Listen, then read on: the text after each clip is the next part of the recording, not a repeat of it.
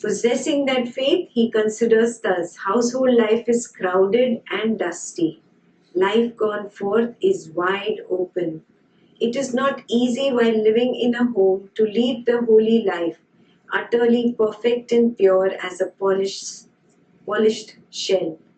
Suppose I shave off my hair and beard, put on the yellow robe, and go forth from the home life into homelessness. On a later occasion, abandoning a small or a large fortune, abandoning a small or a large circle of relatives, he shaves off his hair and beard, puts on the yellow robe, and goes forth from the home life into homelessness.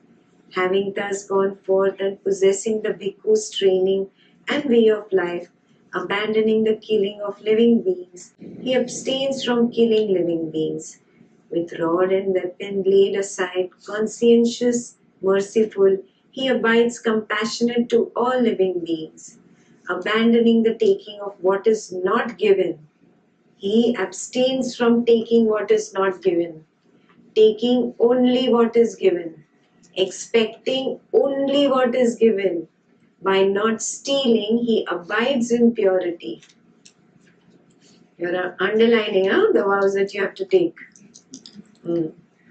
Abandoning incelibacy, he observes celibacy, living apart, abstaining from the vulgar practice of sexual intercourse. Abandoning false speech, he abstains from false speech. He speaks truth, adheres to truth, is trustworthy and reliable. One who is no deceiver of the world. Very important, no deceiver of the world. Abandoning malicious speech, he abstains from malicious speech. He does not repeat elsewhere what he has heard here in order to divide those people from these. Do you take this vow? Not to speak something from here to there and there to here, with the intention of creating a divide. Yeah? Underline, he's giving you very good vows, highlight them.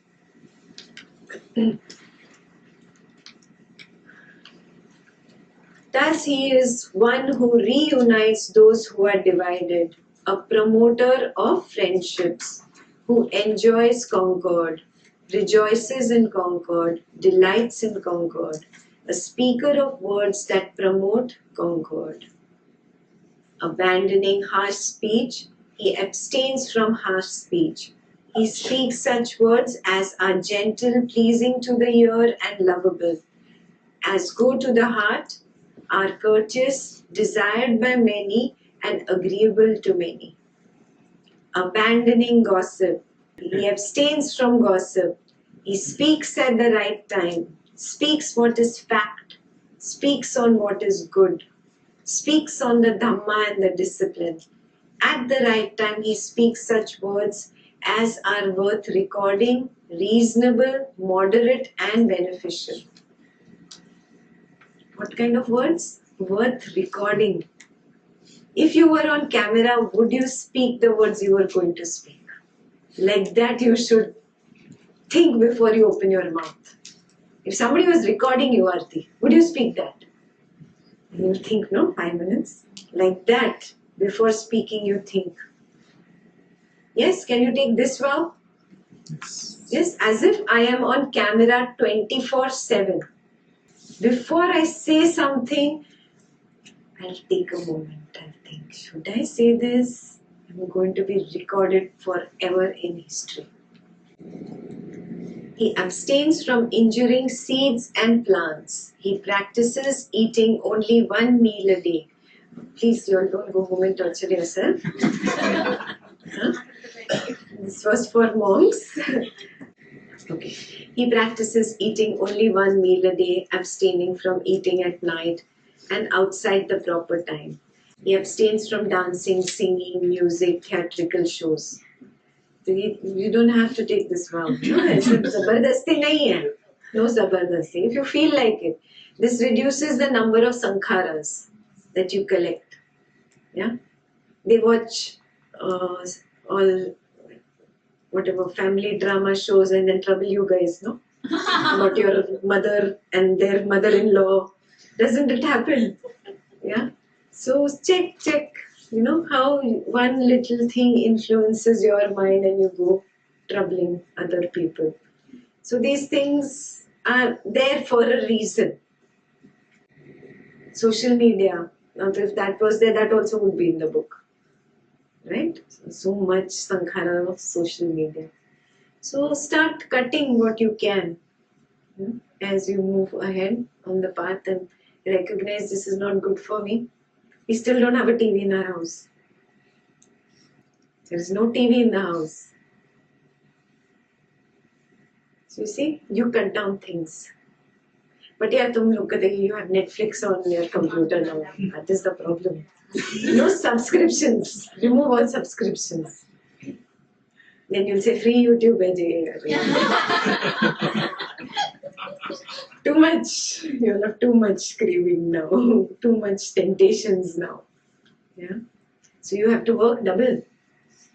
More than these monks had to do. In their time, they hardly had anything. Yeah, even that little bit of theatrical shows. What music, dancing, singing.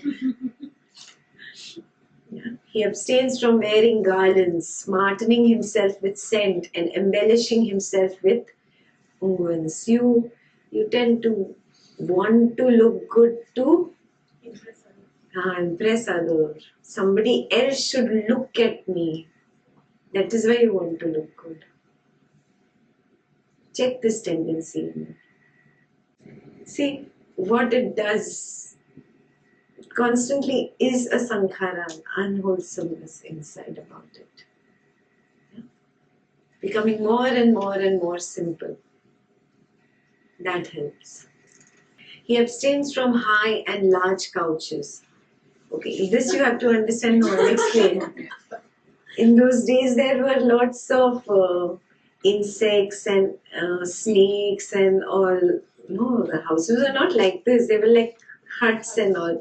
So they kept very high beds and very high couches. So the snakes would not come up, or to prevent them from creatures, basically. That was the reason. But when Buddha is telling you that you have to become one with the nature and not kill animals and not have hatred towards them, then all the bhikkhus were taught not to sit on high couches or lie on high beds, high luxurious beds. That is the only reason. It's not applicable, not in today's day and age and not in America. He abstains from accepting gold and silver. He abstains from accepting raw grain. Yeah, because he'll have to cook. He abstains from accepting raw meat. He abstains from accepting women and girls. He abstains from accepting men and women slaves. He abstains from accepting goats and sheep. He abstains from accepting fowl and pigs. He abstains from accepting elephants, cattle, horses, and mares. He abstains from accepting fields and land. He abstains from going on errands and running messages. He abstains from buying and selling. He abstains from false weights, false metals, false measures. He abstains from accepting bribes, deceiving, defrauding. This you can take up. From accepting bribes, deceiving, defrauding, and trickery. He abstains from wounding, murdering, binding, brindage, plunder, and violence. He becomes content with robes to protect his body and with alms food to maintain his stomach. And wherever he goes, he sets out taking only these with him. Just as a bird, wherever it goes, flies with its wings as its only burden, so too the bhikkhu becomes content with robes to protect his body and with alms food to maintain his stomach, and wherever he goes, he sets out taking only these with him.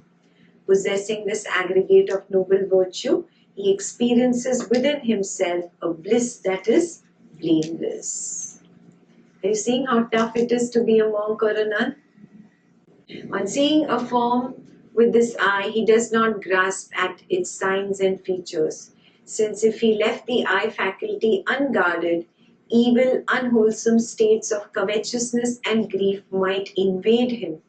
He practices the way of its restraint. He guards the eye faculty. He undertakes the restraint of the eye faculty. To guard your eye faculty, to restrain your eye faculty from things that entice you and tempt you.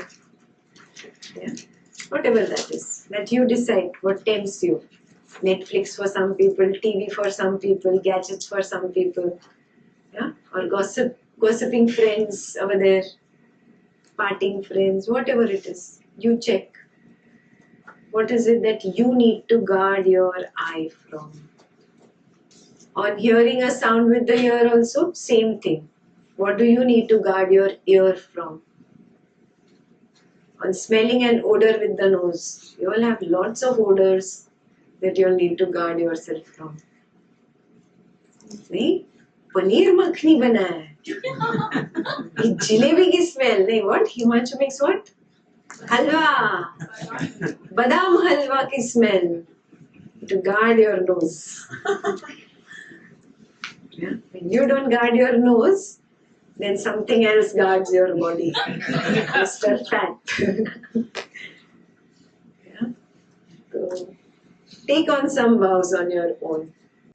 Tasting a flavor with the tongue. There now the badam halwa has come from Himanshu's kitchen onto your tongue. What happens? More.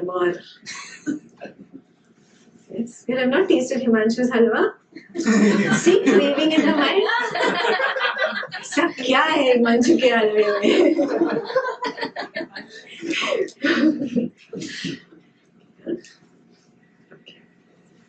On touching a tangible with the body. On cognizing a mind object with the mind.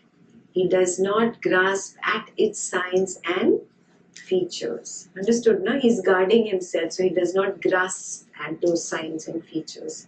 Since if he left the mind faculty unguarded, evil, unwholesome states of covetousness and grief might invade him.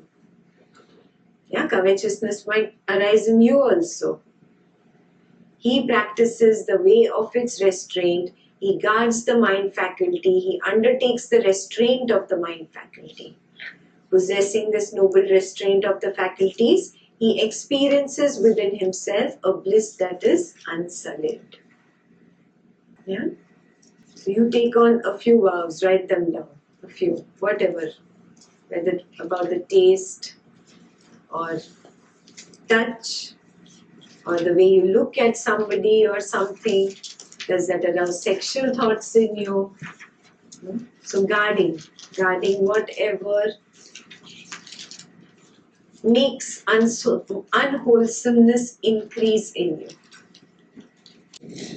He becomes one who acts in full awareness when going forward and returning.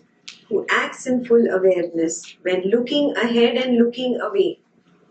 Who acts in full awareness when flexing and extending his limbs. Who acts in full awareness when wearing his robes and carrying his outer robe and bowed. Who acts in full awareness when eating, drinking, consuming food and tasting. Who acts in full awareness when defecating and urinating. Who acts in full awareness when walking, standing, sitting, falling asleep, waking up, talking and keeping silent.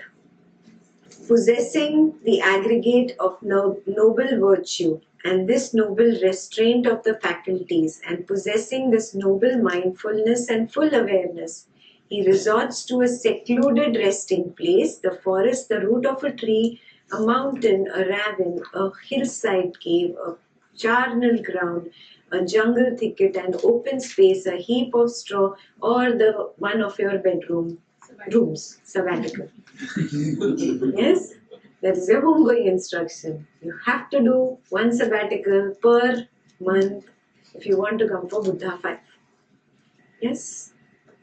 On returning from his arms round, after his meal, he sits down, folding his legs crosswise, setting his body erect and establishing mindfulness before him.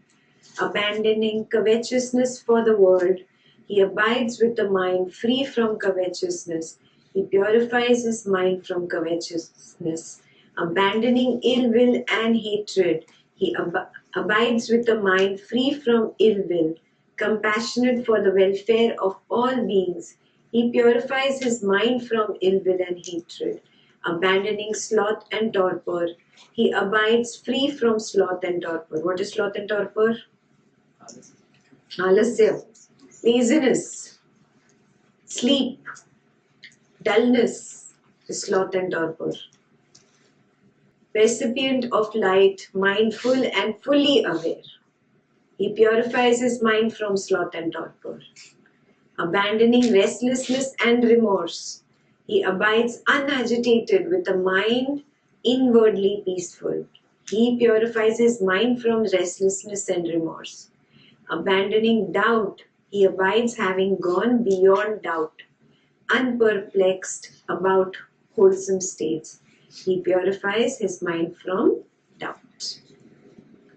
You getting it? So pure you have to be to really attain samadhi. And those who attained all the jhanic states must be saying, oh, she's telling the others. No, I'm telling you also. It was just a glimpse of each jhanic state that you've got in 9 days. You think 9 days you'll attain samadhi? Just taste. It's just, you've taken one sample of chocolate ice cream, one sample of raspberry, one sample of vanilla, one sample of tiramisu. This is just sample. You get it? Now you have to go deep into your samadhis. You have to practice, and that has to really blossom in life. Yes? So I'm telling everyone, the more wholesome you become, the easier it becomes for you to go into samadhi.